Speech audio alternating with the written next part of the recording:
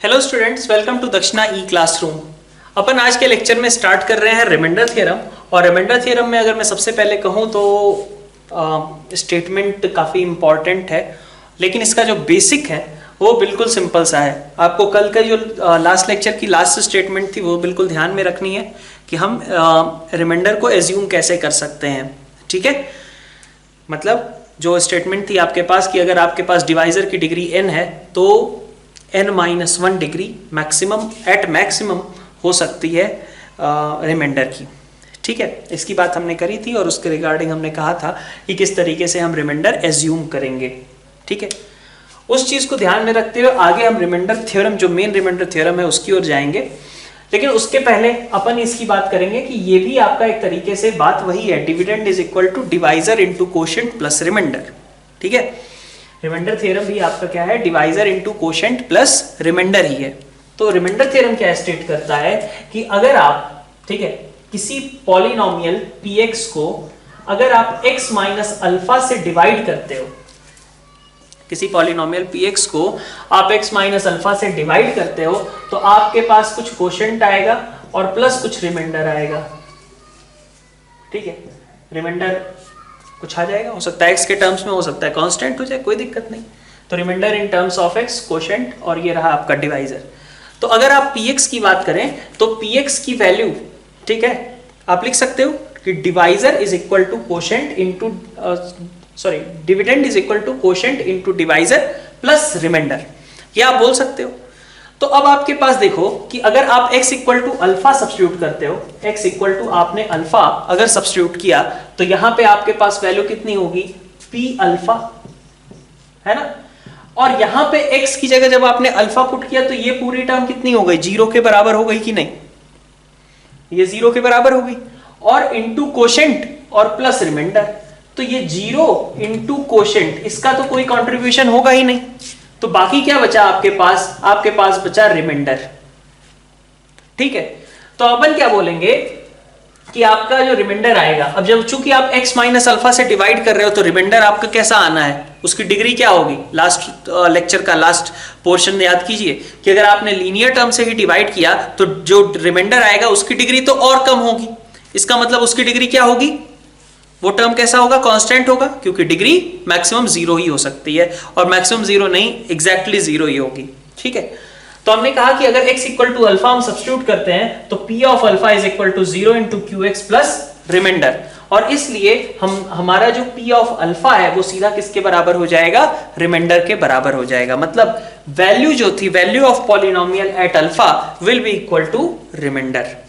क्या कहा हमने, value of polynomial at x equal to alpha will be equal to remainder. ठीक है, यही स्टेटमेंट है आपका रिमाइंडर थ्योरम का कि p ऑफ अल्फा एक्चुअली क्या होगा, रिमाइंडर के बराबर होगा। ठीक, तो अपन स्टेटमेंट लिख देते हैं कि if we divide px by x minus alpha, if we divide px by x minus alpha, then remainder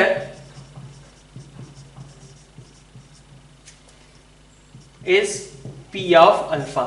यही आपका स्टेटमेंट है। ठीक है, रिमाइंडर आपका कितना है, p of alpha हो। तो अब आपके पास px अगर मान लीजिए, ठीक, आपका मान लो पॉलिनोमियल है x cube minus 3x square plus 7x minus 8। ठीक है, ये है मान लो आपका पॉलिनोमियल, और इसको आप किससे डिवाइड कर रहे हो, तो आप ध्यान दो यहां पे आपने कैसा रखा है, लीनियर पॉलिनोमियल लिया है। रिमाइंडर थ्योरम का स्टेटमेंट क्या है कि रिमाइंडर थ्योरम के लिए हमने कहा है कि लीनियर पॉलिनोमियल से अगर हम डिवाइड करेंगे तो हमारा रिमाइंडर क्या आएगा, p अल्फा आएगा। लीनियर पॉलिनोमियल है ये x माइनस अल्फा, क्वाड्रेटिक रहेगी तब नहीं ऐसा होगा कि यहाँ पे सेकंड डिग्री की टर्म थी और फिर भी हम रिमाइंडर इसके बराबर लिख दें किसी चीज के, तब ये नहीं एप्लीकेबल होगा। ये बात तो हमेशा एप्लीकेबल है, ये तो कोई नई बात है ही नहीं कि dividend is equal to divisor into quotient plus remainder, ये बात तो हमेशा ही ट्रू है। लेकिन ये वाला स्टेटमेंट केवल तभी हो सकता है जबकि हम लीनियर पॉलिनोमियल से डिवाइड कर रहे हो। जब आप लीनियर पॉलिनोमियल से डिवाइड करोगे तो रिमाइंडर आपके पास कैसा आएगा, 0th डिग्री का आएगा, और 0th डिग्री का रिमाइंडर हम डायरेक्टली p अल्फा से कैलकुलेट कर सकेंगे। ठीक है, इतनी बात। तो अगर आपका ये px था और आपने डिवाइड किया सपोज x माइनस 5 से, ठीक है, तो आपको रिमाइंडर कितना मिलेगा? आपको रिमाइंडर मिलेगा p ऑफ 5 के बराबर। तो p ऑफ 5 कितना होगा आपका? 5 cube minus 3 into 5 square plus 7 into 5 minus 8, ठीक है। तो 125 माइनस 75 मतलब 50 हो गया, 50 प्लस 35 85 माइनस 8 आपका 77, ये आपकी P5 की वैल्यू हो जाएगी, ठीक है। तो P5 आपका कितना होगा? 77 के बराबर हो जाएगा डायरेक्टली। ओके, तो इसका मतलब जब आप इससे इसको डिवाइड कर रहे होगे तो आपका रिमाइंडर कितना आएगा? 77 डायरेक्टली आ जाएगा। ये रिमाइंडर थ्योरम का फायदा है कि हमें पूरा डिवाइड नहीं करना पड़ रहा, हम डायरेक्टली आंसर लिख पा रहे हैं, ठीक है। अब अगर कोई ऐसे भी कहे कि अगर रिमाइंडर 77 है तो मैं क्या बोल सकता हूं कि इसमें से अगर मैं 77 सब्ट्रैक्ट करूंगा तो मेरे पास जो क्वांटिटी आएगी वो कंप्लीटली डिविजिबल हो, है ना। रिमाइंडर 77 आ रहा है, मुझसे कोई ऐसे पूछ ले क्वेश्चन कि what is the value which we if we subtract from this px we will get remainder as 0, तो हमारे पास कितना आ जाएगा? 77 सब्ट्रैक्ट कर दीजिए, आपका रिमाइंडर 0 के बराबर आ जाएगा, ठीक है। तो ये रिमाइंडर थ्योरम का बेसिक स्टेटमेंट हो गया। अब कुछ क्वेश्चंस इससे रिलेटेड देखते हैं। तो यहाँ पे आपके पास नेक्स्ट क्वेश्चन में कहा जा रहा है कि इससे आपको डिवाइड करना है, दिस इज योर डिवाइजर, और यहाँ पे आपको रिमाइंडर फाइंड आउट करना है, ठीक है। Find the remainder when this quantity मतलब this expression is divided by 1 minus 2x। तो अब यहाँ पे आप क्या करोगे? अब यहाँ पे भी आपको इसी तरीके से आपको क्या खोजना होता है? आपको पहले इस फॉर्म में ले आना होता है x माइनस अल्फा के, है ना। तो अब x माइनस अल्फा के फॉर्म में आप कैसे ले आएंगे इसको? आप एक तरीके से चाहे 1 माइनस 2x से आप डिवाइड करने की बात करें, और या फिर x माइनस 1 मतलब 2x माइनस 1 से बात करें, चीजें तो सेम ही है ना। 2x माइनस 1 से चाहे आप डिवाइड करने की बात करो, चाहे 1 माइनस 2x से बात करो, बात तो बराबर ही है। एक तरीके से अगर हम कहें कि इसका जैसे ये अल्फा था, उस अल्फा के करस्पॉन्डिंग यहाँ पे अल्फा क्या निकलेगा? तो वो अल्फा आपका ऐसे ही कुछ निकलेगा, 2x माइनस 1 इक्वल टू 0, तो x इज इक्वल टू 1/2 से, है ना, ठीक है। तो यहाँ पे आपके पास रिमाइंडर कितना आएगा? तो रिमाइंडर आपका कितना आ जाएगा? p एट हाफ के बराबर आएगा। तो कितना होगा वो? Half cube minus 6 into 1/4 plus 2 into half minus 4, इसके बराबर हो जाएगा। तो ये आपके पास 1/8 माइनस 3/2 प्लस 1 माइनस 4, ठीक है। तो ये वैल्यू आप कैलकुलेट कर लीजिए, यहां से आपके पास रिमाइंडर क्रिएट हो जाएगा। तो अगर इस फॉर्म में है x माइनस अल्फा के फॉर्म में, तो आपने सीधा अल्फा उठा करके पुट कर दिया था। 1 माइनस 2x था तो आपने पहले देखा, इसका मतलब अल्फा क्या होगा, तो आप इसको इक्वल टू 0 से आप कंसीडर कर सकते हो कि x इक्वल टू हाफ पे आपके पास जो वैल्यू आएगी वही आपका रिमाइंडर हो जाएगी। और फिर यही से ही अगर मान लीजिए यहीं पे पूछा जाता कि आप इसके लिए कि 3x प्लस 5 से अगर आप डिवाइड करते हैं तो रिमाइंडर कितना होगा, तो क्या करना होगा आपको? तो ऐसे केस में आप देख लो कि x की वैल्यू कितनी आएगी, इसको इक्वल टू 0 कर लो, तो x की वैल्यू आ जाएगी आपकी -5/3। अब -5/3 आप डायरेक्टली सब्स्टिट्यूट कर दो, तो इस केस में p at -5/3 this will be our remainder which is -5/3 का क्यूब माइनस 6 इंटू -5/3 का स्क्वायर प्लस 2 इंटू -5/3 माइनस 4। ये वाली जो भी वैल्यू सिंप्लीफाई होकर के आए, this will be your remainder. अब मान लीजिए आपका क्वेश्चन कुछ इस तरीके का आता है कि आपके पास कुछ कहा गया कि ax cube minus 3x plus b and 3x square minus ax plus b, ठीक है, when divided by x minus 2 leave same remainder।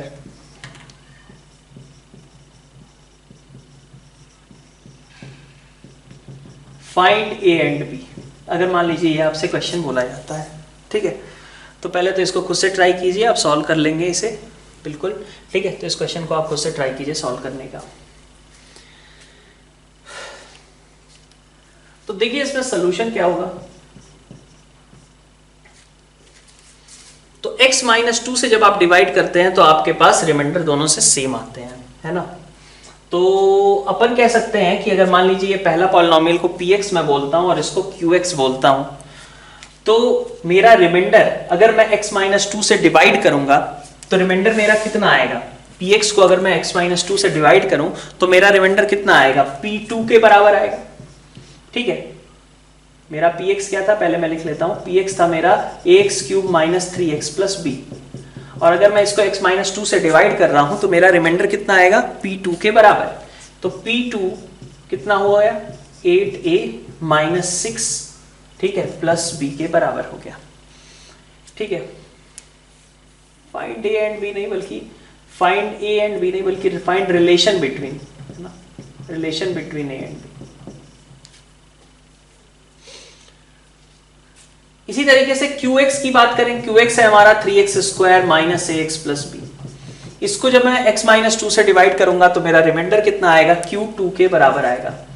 q2 का मतलब हुआ 3 into 2 square minus 2a plus b, तो 12 माइनस 2a प्लस b। अब p2 और q2 ये दोनों आपस में बराबर होने चाहिए क्योंकि रिमाइंडर्स तो यही है ना, तो इसका मतलब अगर रिमाइंडर सेम है तो p2 और q2 आपके दोनों बराबर होंगे, which means कि our 8a minus 6 plus b is equal to 12 minus 2a plus b, है ना।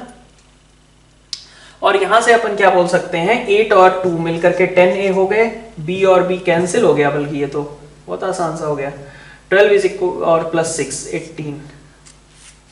अच्छा, तो a की वैल्यू आपकी कितनी हो जाएगी, 9/5 हो जाएगी। a की वैल्यू आपकी फिक्स हो गई कि ये a की वैल्यू कितनी आनी चाहिए, 9/5 आनी चाहिए। ठीक है, बाकी b के लिए अब क्या बोलेंगे, तो इसका मतलब b आपका कुछ भी हो सकता है क्योंकि b पे तो डिपेंड ही नहीं कर रहा। ये दोनों की इक्वालिटी जो है वो सिर्फ a पे डिपेंड कर रही है क्योंकि देखो दोनों जगह b तो खैर सेम ही आ जा रहे हैं एज इट इज, है ना, वो आ भी जाएंगे क्योंकि यहीं पे हमने वैसे ही रख दिया है। खैर कोई नहीं, तो हमारे पास आ गया कि a की वैल्यू आपकी 9/5 होगी और b आप कुछ भी रख दो, कोई फर्क नहीं पड़ता। तो हमारा आंसर हो गया a is equal to 9/5 and b can be any real number, जो मर्जी आए लिख सकते हो। ठीक है, तो अब ये तो खैर आपके बिल्कुल बेसिक से क्वेश्चंस हो गए। चलिए कुछ और बेटर क्वेश्चंस अपन जो रिमाइंडर थ्योरम के बनते हैं उसको डिस्कस करते हैं। जैसे मान लीजिए आपसे कहा जाए कि फाइंड रिमाइंडर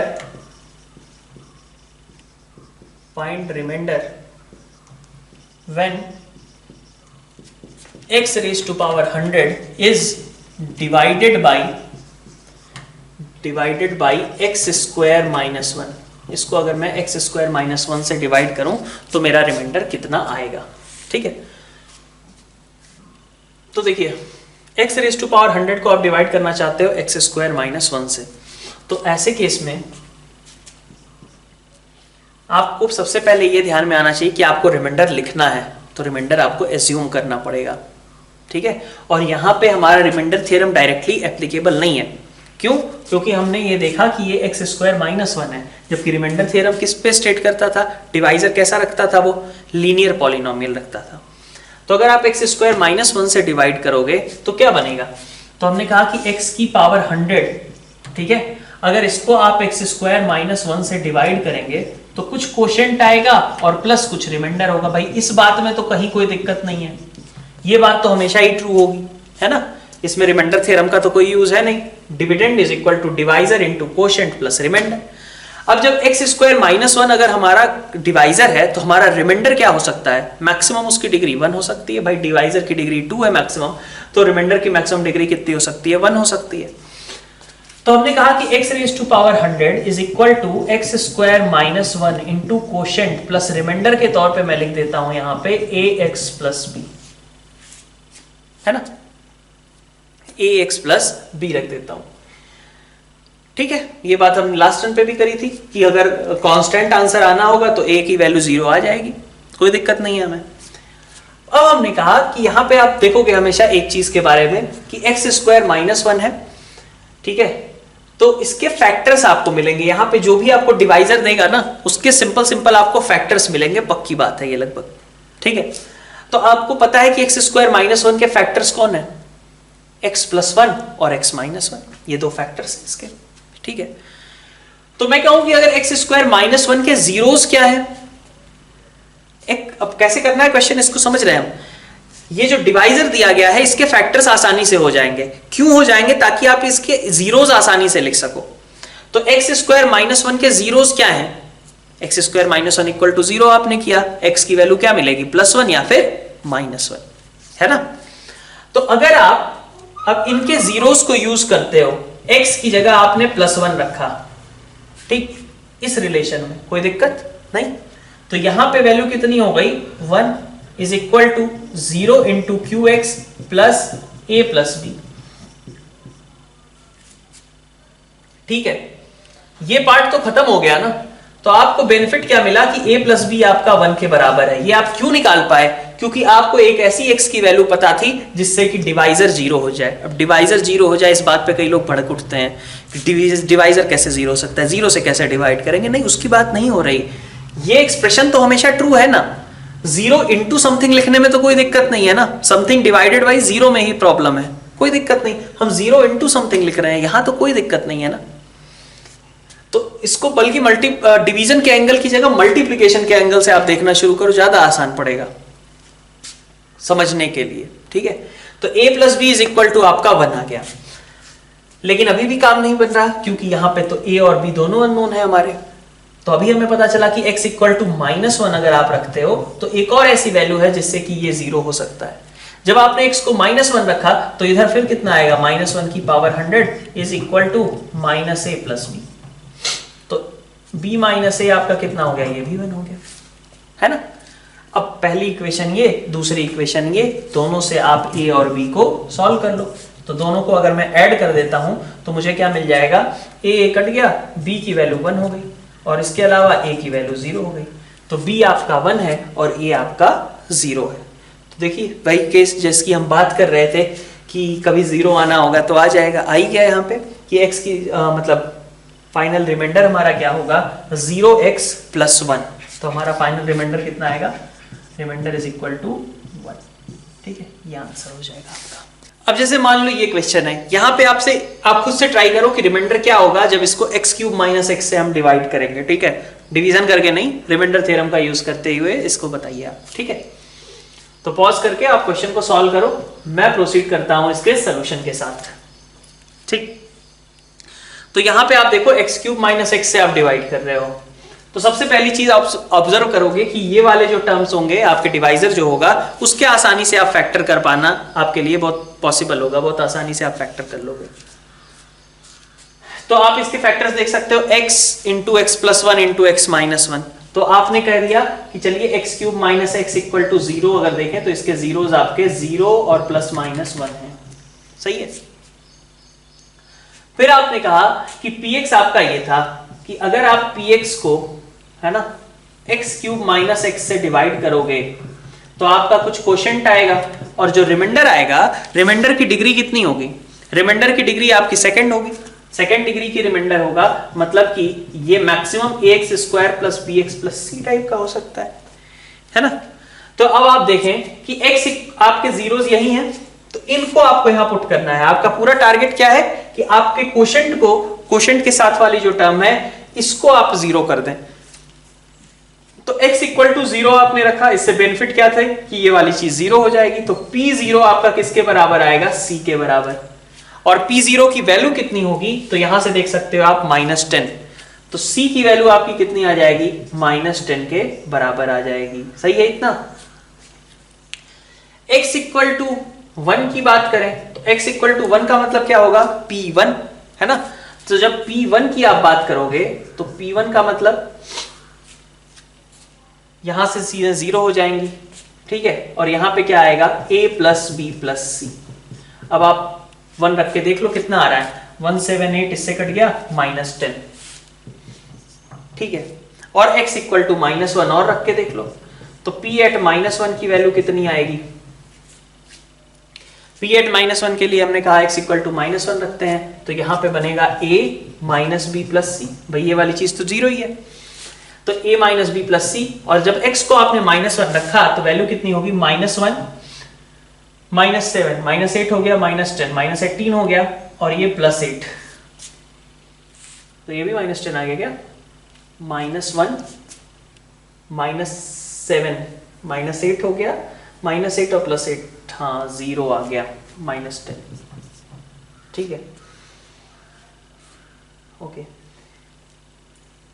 तो c की वैल्यू आपकी -10 है ही, तो c की वैल्यू आप -10 यहाँ पे पुट कर दो, तो ये इक्वेशन क्या बन जाएगी, a + b = 0, और यहाँ से क्या बन जाएगी, a - b = 0, c की वैल्यू -10 रखते ही साथ, तो यहाँ से आपका a और b दोनों ही कितने आ गए, 0 के बराबर आ गए, ठीक है। तो आपका आंसर क्या हुआ कि c सिर्फ -10 यही रिमाइंडर आएगा, बाकी सब तो 0 हो ही चुके हैं, ठीक है। तो आई गेस कि ये इस तरीके के क्वेश्चन अब आपको थोड़े समझ में आ रहे होंगे। अपन थोड़ा सा एक स्टेप और आगे चलते हैं।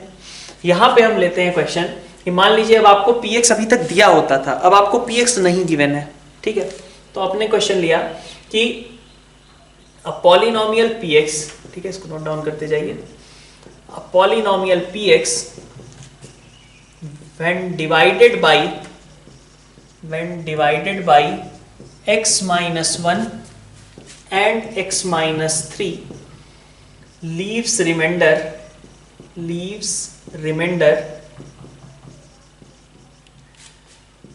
4 and 5 respectively, ठीक है। रिस्पेक्टिवली का मतलब समझ आता है, रिस्पेक्टिवली का मतलब क्या होता है, x - 1 से डिवाइड करेंगे उसको तो 4 आएगा, और जब x - 3 से डिवाइड करेंगे तो रिमाइंडर 5 आ रहा है। तो find remainder when polynomial is divided by x square minus 4x plus 3, ठीक है। इस नंबर से अगर आप इस एक्सप्रेशन से आप डिवाइड करते हो तो रिमाइंडर कितना आएगा ये आपको फाइंड आउट करना है। तो आप देखिए कोई भी आपका पॉलिनोमियल हो, ठीक है, तो आप पहले ट्राई करो, खुद से सोचो कि इस क्वेश्चन में क्या हो सकता है, ठीक है। आप पॉज करिए, आराम से क्वेश्चन में सोचिए पहले कि क्या चीज चल रही है यहाँ। मैं सोल्यूशन के साथ अब प्रोसीड कर रहा हूं, जिनको अभी समय चाहिए वो लोग पॉज करके क्वेश्चन सॉल्व कर लें, ठीक है। आप देखिए x - 1 और x - 3 से आप डिवाइड कर रहे हो तो रिमाइंडर 4 5 आ रहे हैं। तो रिमाइंडर थ्योरम क्या स्टेट करता है डायरेक्टली कि अगर किसी क्वांटिटी को मैं x - 1 से डिवाइड कर रहा हूँ, किसी पॉलिनोमियल को अगर मैं x - 1 से डिवाइड कर रहा हूँ, तो मेरा रिमाइंडर कितना आएगा, p1 के बराबर आएगा। तो मैंने ये कहा कि ये जो मेरी पहली स्टेटमेंट है इसका मतलब ये है कि p1 की वैल्यू 4 है और p3 की वैल्यू 5 है। इसमें कोई दिक्कत, रिमाइंडर थ्योरम का स्टेटमेंट डायरेक्टली यूज किया है हमने। अब हमने कहा कि हमें रिमाइंडर निकालना है, जबकि ये किससे डिवाइड किया जाए, x square minus 4x plus 3। अब ये डिवाइजर आपको हमेशा ऐसा ही दिया जाएगा जिसके बारे में आपको पहले से इंफॉर्मेशन हो।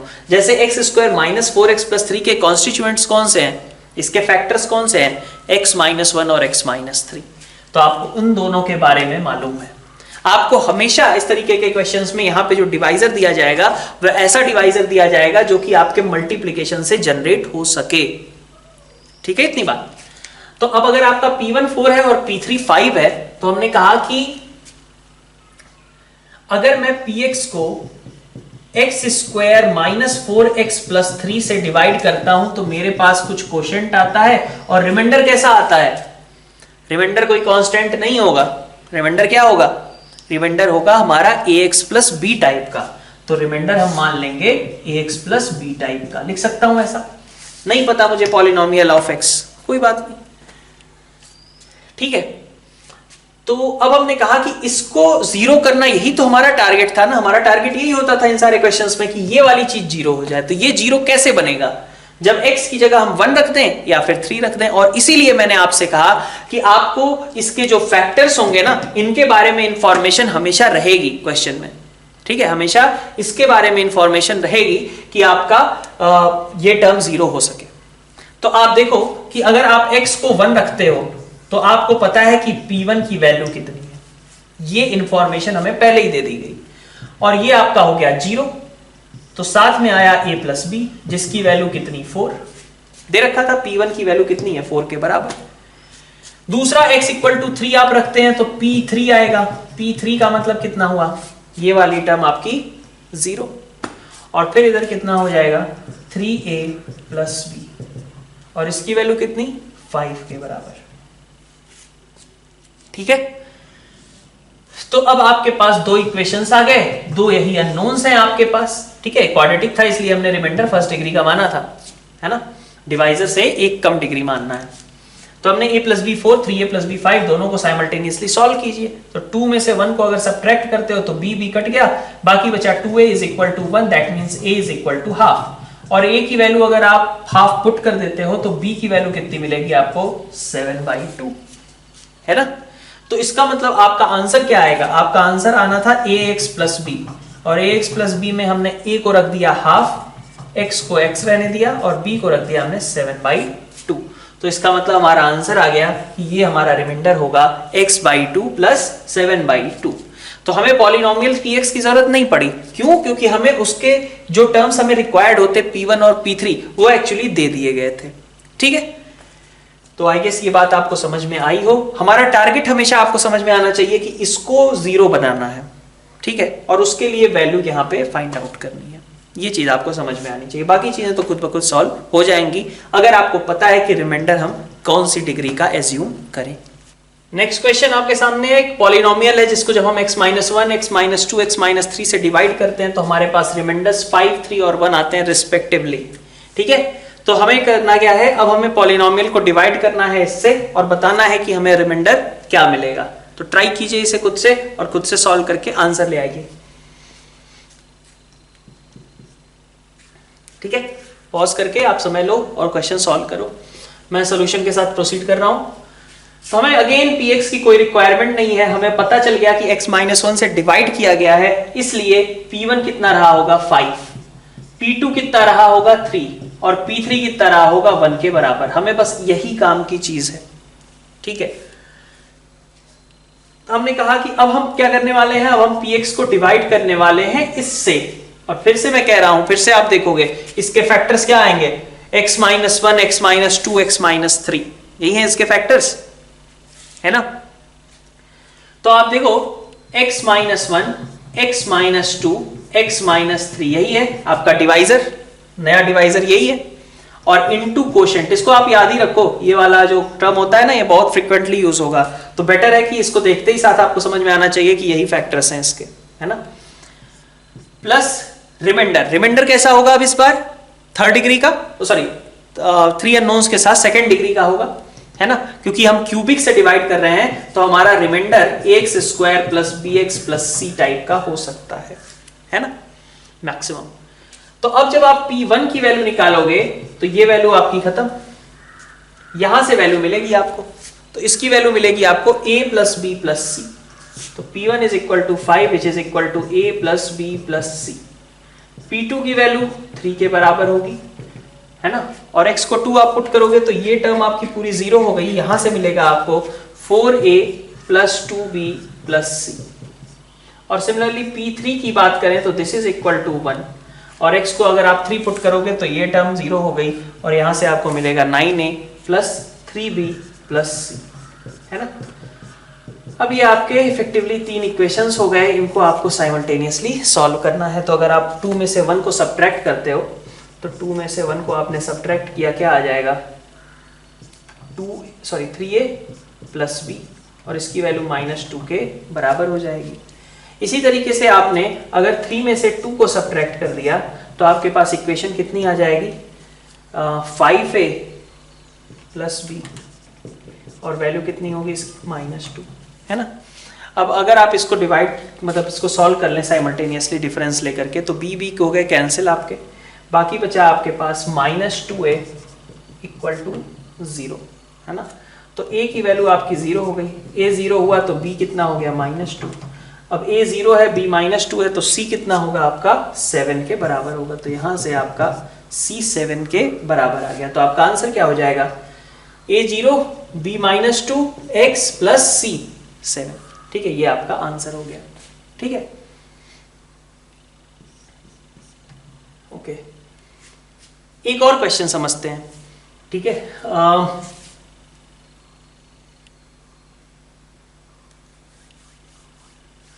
ऐसा बोलता हूं मैं इस बार, polynomial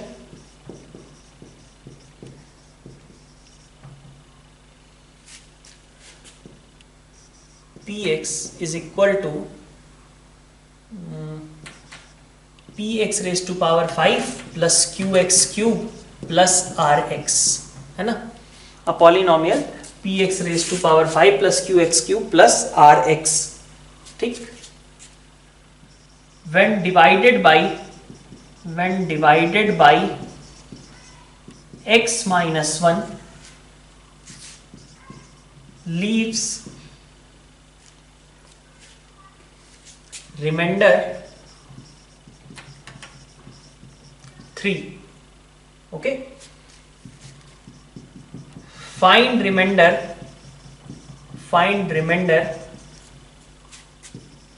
when it is divided by x cube minus x, ठीक है। अब इस क्वेश्चन को आपको सॉल्व करना है।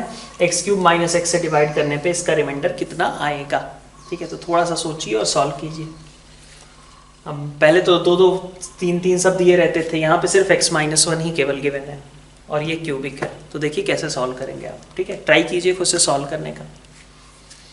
सोल्यूशन करना तो वही है अल्टीमेटली, क्योंकि हमें पता है कि चलो p1 की वैल्यू 3 के बराबर होगी और px आपका जो भी होगा x क्यूब माइनस x में फैक्टर्स क्या है, x है, x प्लस 1 है और x माइनस 1 है, के साथ कुछ कोशेंट देगा और प्लस रिमाइंडर आपका ax square plus bx plus c, ये आ जाएगा।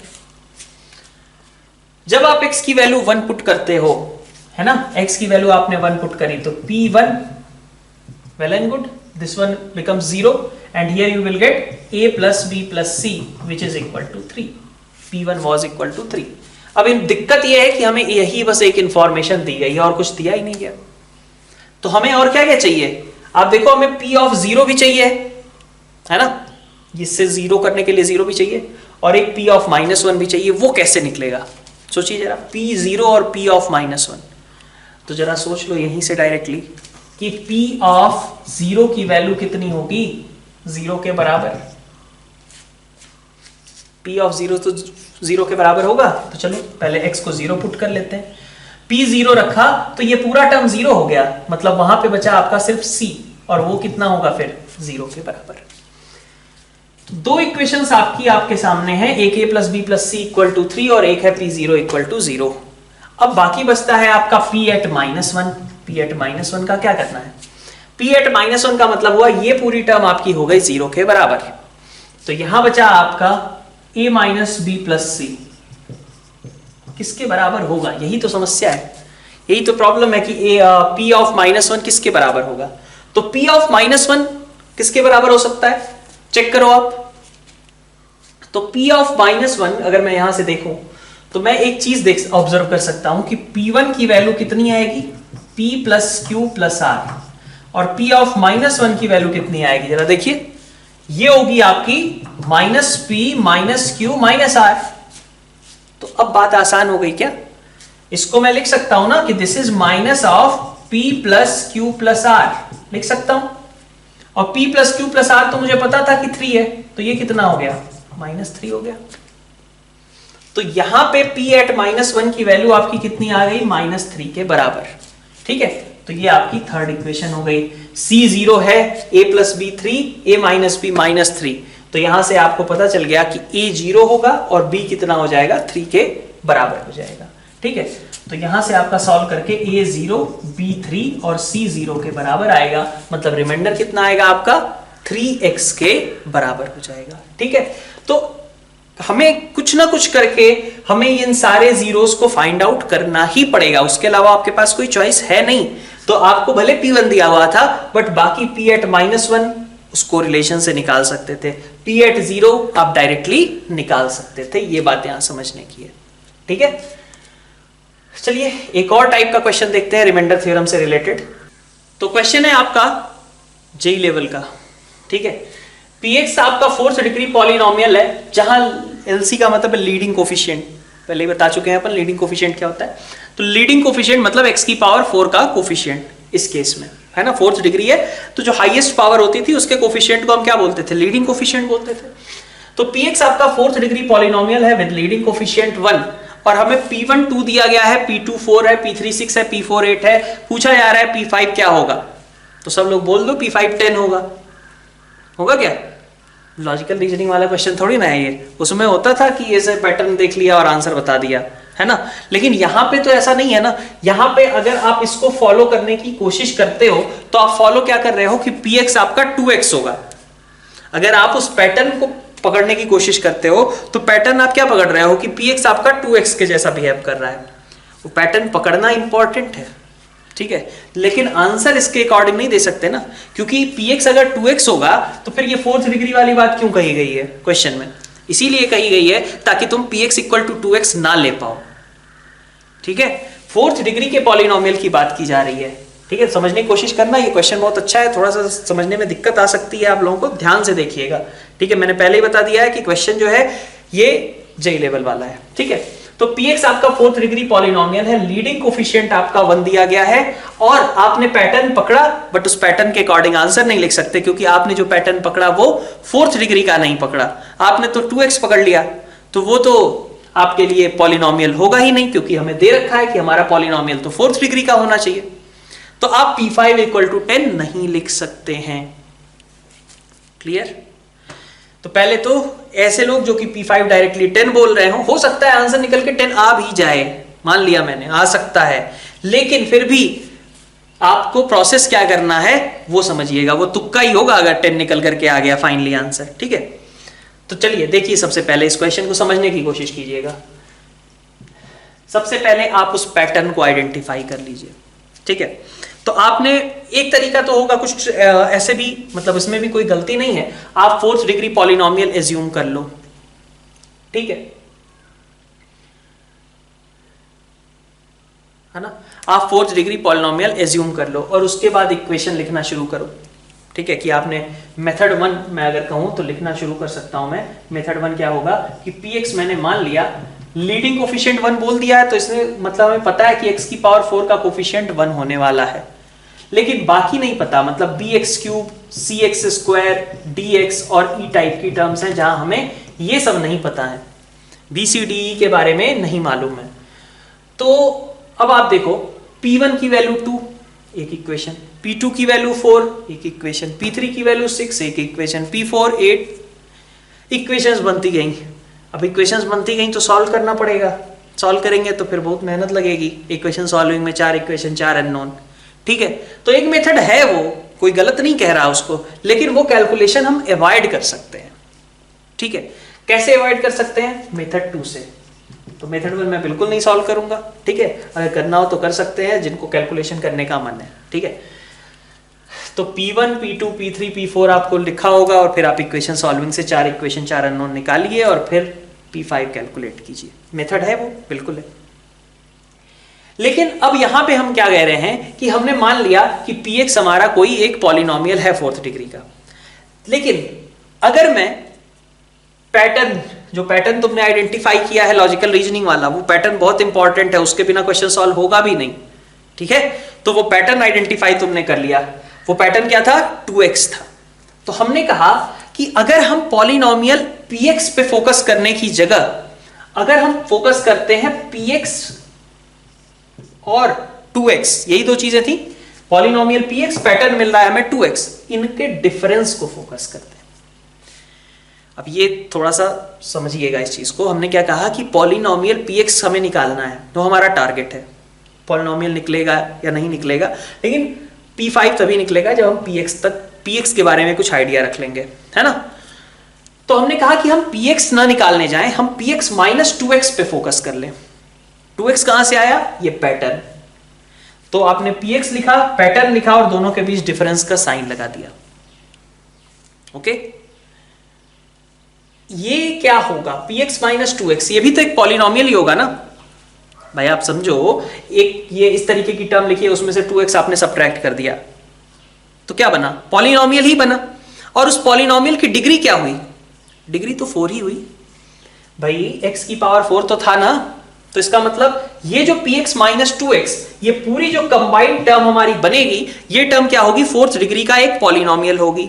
तो इसका मतलब ये आपका फोर्थ डिग्री का कोई पॉलिनोमियल hx है। सही है, px माइनस 2x आपका फोर्थ डिग्री का कोई पॉलिनोमियल hx है, लिख सकते हैं हम। ठीक है, तो hx आपका कितना हो गया, px माइनस 2x के बराबर हो गया। अब अगर आप बात करें h1 की, है ना, अब इससे बेनिफिट क्या है वो समझिए। h1 आपका कितना होगा, देखो h1 की बात करें तो h1 आपका होगा p1 माइनस 2। सबसे पहले क्या करना था, सबसे पहले आपको पॉलिनोमियल px और जो पैटर्न है उन दोनों के बीच का डिफरेंस, उसको एक नया पॉलिनोमियल hx मान लेना है। और ये चीज क्लियर होनी चाहिए कि जो px की डिग्री होगी वही hx की भी डिग्री होगी ना। तो hx के लिए भी अगर कहें तो इसकी भी डिग्री कितनी है, 4 है, डिग्री 4 का ही एक पॉलिनोमियल है। अब देखो h1 की वैल्यू कितनी है, p1 माइनस 2, p1 माइनस 2 0 होता है। h2 की वैल्यू कितनी है, p2 माइनस 4, कितना होता है, 0 होता है। h3 की वैल्यू p3 माइनस 6, कितना होता है, 0 होता है। h4 की वैल्यू p4 माइनस 8, कितना होता है, 0 होता है। सही है इतना। तो h1, h2, h3 और h4 ये सभी आपके कितने आ गए, 0 आ गए। ठीक है, आप देखो 4 ही मिले हैं आपको, यहां पे 4 ही वैल्यू दी गई है, ज्यादा दिया भी नहीं गया है। ठीक है, तो h1, h2, h3 और h4 0 मिलने का रीजन क्या है, अगर किसी पॉलिनोमियल hx एक पॉलिनोमियल, अब थोड़ी देर के लिए p को भूल जाओ, क्या कहा मैंने, px माइनस 2x को एक पॉलिनोमियल hx मान लिया, px माइनस पैटर्न को हमने एक पॉलिनोमियल मान लिया, उससे इस जो इसकी डिग्री थी वही इसकी भी डिग्री रह जाएगी। और फिर मैंने कहा कि इसके बेसिस पे मैं कह सकता हूं कि h1, h2, h3 और h4 मेरे कितने होंगे, 0 के बराबर होंगे, है ना। तो अब इसका मतलब क्या हुआ कि h1, h2, h3 और h4 अगर 0 हैं तो आप खुद सोचो, अगर किसी पॉलिनोमियल में h1 0 होता है तो मैं कह सकता हूं क्या, फैक्टर थ्योरम से, कि x माइनस 1 उसका एक फैक्टर रहा होगा। बोल सकता हूं अगर h1 0 के बराबर है तो hx का एक फैक्टर x माइनस 1 रहा होगा। अगर h2 0 के बराबर है तो hx का एक फैक्टर x माइनस 2 रहा होगा। h3 अगर 0 के बराबर है तो x माइनस 3 एक फैक्टर रहा होगा। और h4 अगर 0 के बराबर है तो x माइनस 4 एक फैक्टर रहा होगा। बोल सकता हूं इतना। तो इसके बेसिस पे मैंने कहा कि hx is equal to x minus 1, x minus 2, x minus 3 और x माइनस 4, ये चारों उसके फैक्टर होंगे कि नहीं भाई। क्वाड्रेटिक होती है x square minus 3x plus 2, उसके फैक्टर होते हैं x माइनस 2, x माइनस 1। तो हम लिख सकते हैं ना hx is equal to x minus 2 into x minus 1। सही है, तो हमने hx की जगह ये लिख दिया, कुछ गलत किया क्या। अभी एक चीज बैलेंस करनी बची रह गई, लेकिन hx में क्या, लीडिंग कोफिशिएंट। भाई ये फैक्टर होंगे, ठीक है, ये फैक्टर तो तब भी होंगे अगर hx ऐसा हो जाए। भाई इस चीज को ऐसे समझो, इतनी बात समझ में आई क्या। अगर इतनी बात नहीं समझ में आई है सबसे पहले, तो आप पहले इसको एक बार को रिवाइंड करके समझ ले, ठीक है। उसके आगे की बात हम आगे डिस्कस कर रहे हैं। क्या कह रहा हूं मैं कि अगर मान लो मैं कहता हूं कि एक क्वाड्रेटिक था x square minus 3x plus 2, इसके फैक्टर्स थे x माइनस 1, x माइनस 2, यही दो फैक्टर्स थे। अब अगर मैं 2x square minus 6x plus 4 भी लिख दूं तो क्या फैक्टर बदल जाएंगे क्या। फैक्टर तो अभी भी 2 into x minus 1, x minus 2, इसके अलावा फिर ये दोनों जीरोस तो वही रहेंगे जो पहले थे। मतलब सेम फैक्टर्स के साथ हम बहुत सारे पॉलिनोमियल्स क्रिएट कर सकते हैं। 3x square minus 6x plus 9 create कर लें, 5/4x स्क्वायर माइनस समथिंग ऐसा भी क्रिएट कर लें। तो लीडिंग कोफिशिएंट हम बदलते रह सकते हैं। तो इसलिए हमें यहां पे क्या रिक्वायरमेंट है कि hx हमें ऐसा रखना होगा जो लीडिंग कोफिशिएंट की रिक्वायरमेंट को फुलफिल करता हो। तो px का ध्यान दो, px का लीडिंग कोफिशिएंट 1 था, px में से जब आप 2x मतलब इसमें से जब आप 2x घटाओगे, इसमें से जब आप 2x घटाओगे तो क्या x की पावर 4 के कोफिशिएंट को कोई फर्क पड़ना है? नहीं। मतलब जो hx बनेगा उसमें x की पावर 4 होगी और उसका कोफिशिएंट कितना रहा होगा? 1 ही रहा होगा। तो hx डिग्री 4 के साथ मैं कह सकता हूं कि इसका लीडिंग कोफिशिएंट कितना होगा? 1 होगा। बोल सकता हूं? ठीक है। नहीं समझ में आए तो आप स्किप कर सकते हैं, बट एक बार ट्राई कीजिए। मैंने पहले ही बोला है लेवल इसका अच्छा है। ठीक है। तो hx के बारे में पता चला कि hx का लीडिंग कोफिशिएंट आपका 1 है। डिग्री आपकी hx की कौन सी है? 4 है। hx की डिग्री 4 है और लीडिंग कोफिशिएंट 1 है। तो हमें यहां पे दिखा कि यहां लीडिंग कोफिशिएंट कितना बनेगा अगर हम मल्टीप्लाई करके देखें। करने की जरूरत नहीं है, बट आप सोचो, मल्टीप्लाई करोगे तो x की पावर 4 का कोफिशिएंट क्या आएगा? 1 ही आएगा ना, क्योंकि x into x into x into x ऐसे ही तो बनेगा x की पावर 4। तो यहां पे आपका लीडिंग कोफिशिएंट 1 आपको रख देना है। अगर 2 होता तो 2 रख देते, 3 होता तो 3 रख देते, जो मर्जी होता रख देते। ठीक है, इस बात को समझिए।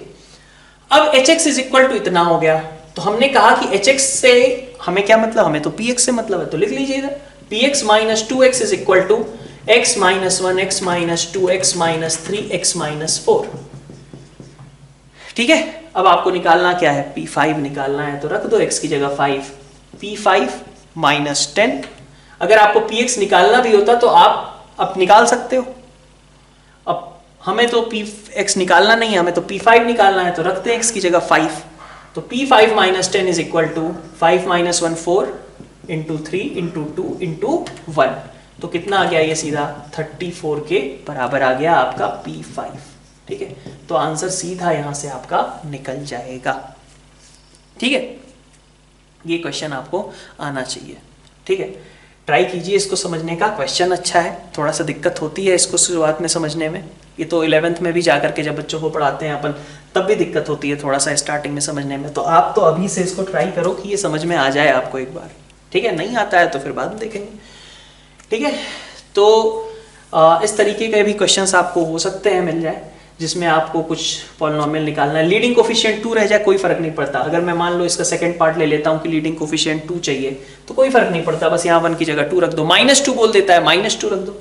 ठीक है, मान लो ऐसा रहा तो hx is equal to -2। Leading coefficient हमने कहा कि -2 रखना है। ठीक है, तो अपन बस यहाँ पे -2 रख दें। क्यों रख पा रहे हैं? क्योंकि यहां पे जब हम -2 मतलब px माइनस 2x करेंगे तो x की पावर 4 को कोई फर्क नहीं पड़ेगा।